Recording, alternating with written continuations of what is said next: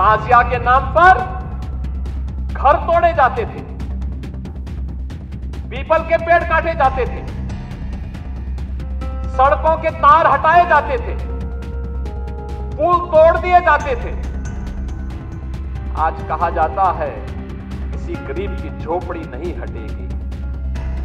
आज कहा जाता है कोई तार नहीं हटेगा। आज कहा जाता है कि सरकार नियम बनाएगी, पर्व और त्योहार मनाना है तो इन नियमों के अंतर्गत मनाओ और नहीं तो अपने घर में बैठ जाओ। के मुद्दों को लेकर लड़ते थे। आज जब सरकार में थे तो याद करिए, उत्तर प्रदेश के अंदर सुरक्षा का ये वातावरण आपको आज देखने को मिल रहा होगा। याद करिए, इसी मुहर्रम के समय में सड़कें खाली हो जाती थी, सूनी हो जाती थी। आज मुहर्रम आयोजित हो रहा है, इसका पता भी नहीं लग रहा है। ताजिया के नाम पर घर तोड़े जाते थे, पीपल के पेड़ काटे जाते थे, सड़कों के तार हटाए जाते थे, पुल तोड़ दिए जाते थे। आज कहा जाता है किसी गरीब की झोपड़ी नहीं हटेगी। आज कहा जाता है कोई तार नहीं हटेगा। आज कहा जाता है कि सरकार नियम बनाएगी, पर्व और त्योहार मनाना है तो इन नियमों के अंतर्गत मनाओ और नहीं तो अपने घर में बैठ जाओ।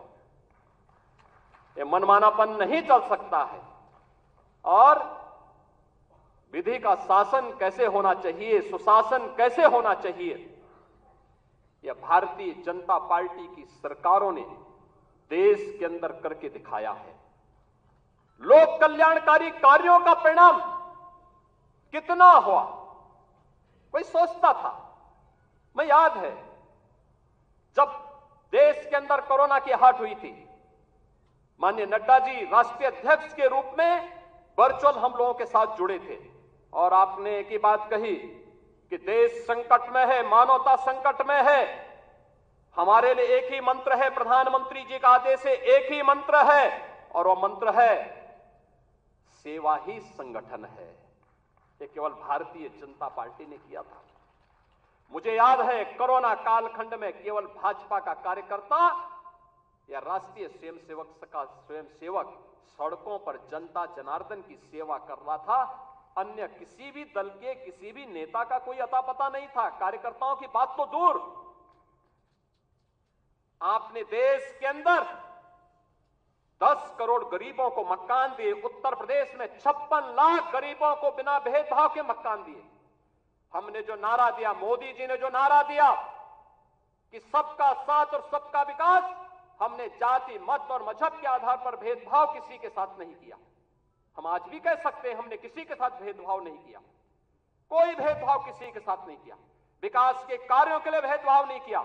ये 80 करोड़ लोगों को फ्री में राशन आज भी मिल रहा है। क्या किसी जाति को मिल रहा है, किसी मत विशेष या किसी धर्म विशेष को मिल रहा है?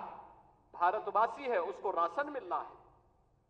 भारत पहला देश जिसने भूख से मौतें नहीं होने दी, बदहाली नहीं होने दी, आत्महत्या नहीं होने दी, किसी गरीब को सड़क पर भूखों से मरने के लिए मजबूर नहीं होने दिया। लेकिन उस सबके बावजूद भारतीय जनता पार्टी का कार्यकर्ता लगातार कार्य करता रहा। विपरीत परिस्थितियों में अपनी जान की परवाह किए बगैर लगातार कोरोना जैसी महामारी से जूझता रहा और सेवा को ही संगठन मान करके कार्य करने का परिणाम रहा कि जिस महामारी के सामने दुनिया की बड़ी बड़ी ताकतें नतमस्तक हो गई, उसी कोरोना को कहां समाप्त कर दिया मोदी जी के नेतृत्व में। भारत ने सबसे अच्छा परिणाम देकर के दुनिया के सामने कोविड प्रबंधन की एक नई अनूठी छाप छोड़ी। बीमारियों से होने वाली मौत, मुझे याद है 2014 में जब आदरणीय नड्डा जी भारत के स्वास्थ्य और परिवार कल्याण मंत्री बने थे, इंसेफ्लाइटिस के मुद्दे को लेकर के एक सांसद के रूप में मैं उनके पास गया था और उन्होंने कहा कि हम इसमें सहयोग करेंगे। नड्डा जी और मोदी जी के सहयोग से गोरखपुर में एम्स भी बना। आज गोरखपुर का एम्स चालू हो गया, काम कर रहा है। पूर्वी उत्तर प्रदेश और बिहार की, नेपाल की एक बड़ी आबादी अपने स्वास्थ्य सुविधाओं का लाभ प्राप्त कर रही है। और 40 वर्ष से जो बीमारी थी, इस बीमारी से होने वाली मौत 90 से 95% मौतें अनुसूचित जाति, अति पिछड़ी जाति और अल्पसंख्यक समुदायों की थी। आज उस मौत को हम लोगों ने, डबल इंजन की सरकार ने पूरी तरह नियंत्रित किया है। इंसेफ्लाइटिस पूरी तरह समाप्त हो गया है। उत्तर प्रदेश जैसे राज्य में इंफ्रास्ट्रक्चर, एक कल्पना थी, आज आप जाते होंगे आपको 4 लेन की कनेक्टिविटी मिलती होगी। आज आप कहीं भी जाइए, प्रयागराज जाइए, काशी जाइए, लखनऊ आइए, अयोध्या जाइए, गोरखपुर जाइए, पश्चिम के किसी भी जनपद में जाइए, इंटरस्टेट बॉर्डर पर जाइए, आपको लगेगा आज कोई नहीं कह सकता है, उसको उत्तर प्रदेश का वासी कहने में संकोच नहीं होगा, क्योंकि उत्तर प्रदेश का इंफ्रास्ट्रक्चर किसी भी अन्य जगह से अच्छा आपको प्राप्त होगा। मुझे याद है जब मैं बुंदेलखंड गया था पहली बार मुख्यमंत्री बनने के बाद, मेरे साथ आज के जल शक्ति मंत्री श्री स्वतंत्र देव सिंह जी थे। हम लोग चित्रकूट में गए। मैंने चित्रकूट में वहां के कार्यकर्ताओं के साथ बैठक की, जनप्रतिनिधियों के साथ बैठक की। रात्रि को मैंने वहां के उद्यमी और व्यापारियों के साथ बैठक की थी। मैंने उनसे कहा, मैंने कहा यार चित्रकूट में अच्छे होटल क्यों नहीं आ रहे हैं, अच्छी धर्मशालाएं क्यों नहीं बन रही हैं?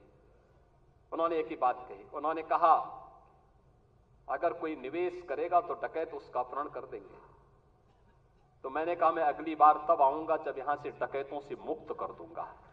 और मुझे बताते हुए प्रसन्नता है, आज न केवल बुंदेलखंड चित्रकूट बल्कि पूरा बुंदेलखंड डकैतों से मुक्त हो चुका है, माफिया से मुक्त, डकैतों से मुक्त। आज आप कहीं भी जाते होंगे, क्या काशी, क्या अयोध्या, क्या मथुरा वृंदावन, क्या विंध्यवासिनी धाम, क्या सुखतीर्थ, क्या नैमिषारण्य, क्या ये आपकी वैचारिक यात्रा और आपकी आध्यात्मिक विरासत को क्या सम्मान यहां पे नहीं मिला? आजाद देश 1947 में हो गया था। ये काम 1947 में होना चाहिए था, ये कार्य उसके बाद होना चाहिए था। डॉक्टर लोहिया की विरासत को संभालने वाले लोग, जिस डॉक्टर लोहिया ने कहा था कि भारत की पहचान 3 महापुरुषों पर है, उन्होंने कहा था कि भारत तब तक भारत है जब तक भारत के अंदर राम, कृष्ण और शिव की पूजा होगी, तब तक भारत का कोई बाल बांका नहीं कर सकता है। और राम, कृष्ण और शिव की इस परंपरा को क्या इन समाजवादियों ने कलंकित नहीं किया था? क्या अयोध्या को लहूलुहान नहीं किया था? और क्या यही कार्य ये लगातार नहीं करते रहे? मुझे आश्चर्य होता है। राजूपाल की हत्या होती है प्रयागराज में, क्या राजूपाल पिछड़ी जाति के नहीं थे? उमेश पाल की हत्या होती है, क्या उमेश पाल पिछड़ी जाति के नहीं थे?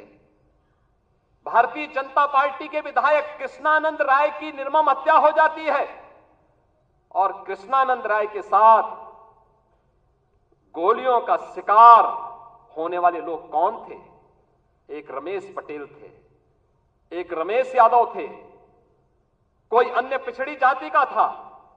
क्या इनको पिछड़ी जाति में नहीं मानते लोग? क्या क्यों नहीं इनके बारे में आवाज उठी? ये आवाज को तभी बल क्यों मिला जब भारतीय जनता पार्टी की सरकार हुई। और आज आप देखते होंगे इन माफियाओं के लिए फातिया पड़ने वाले लोग किस प्रकार से चिल्ला चिल्ला करके फिर से चुनौती देने की स्थिति में आए हैं। और इसीलिए तो हम कह रहे हैं कि मोदी जी ने जो कहा था वो करके दिखाया।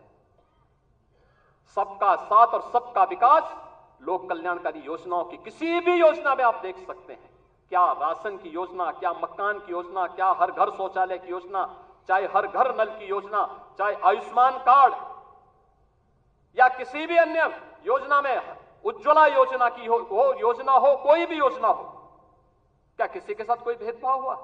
जाति, मत, मजहब के आधार पर, चेहरा देख करके किसी के साथ भी कोई भेदभाव नहीं। सारी योजनाएं बिना भेदभाव के हर तबके को दी गई। और हमें आश्चर्य होता है, समाजवादी पार्टी की सरकार के समय कन्नौज के मेडिकल कॉलेज की चर्चा हुई। कन्नौज के मेडिकल कॉलेज का नामकरण बाबा साहब डॉक्टर भीमराव अंबेडकर जी के नाम पे था। समाजवादी पार्टी के तत्कालीन मुख्यमंत्री ने नाम बदल दिया और इस बार जब मैं वहां गया था, हमारे वहां मंत्री श्री असीम और उन्होंने मेरे सामने इस बात को रखा। हमने उसी दिन कहा कि नहीं, ये बाबा साहब भीमराव अंबेडकर के नाम पर ही मेडिकल कॉलेज फिर से जाना जाएगा। और हम लोगों ने इस मेडिकल कॉलेज का नामकरण उसी समय वहां किया था। लखनऊ का भाषा विश्वविद्यालय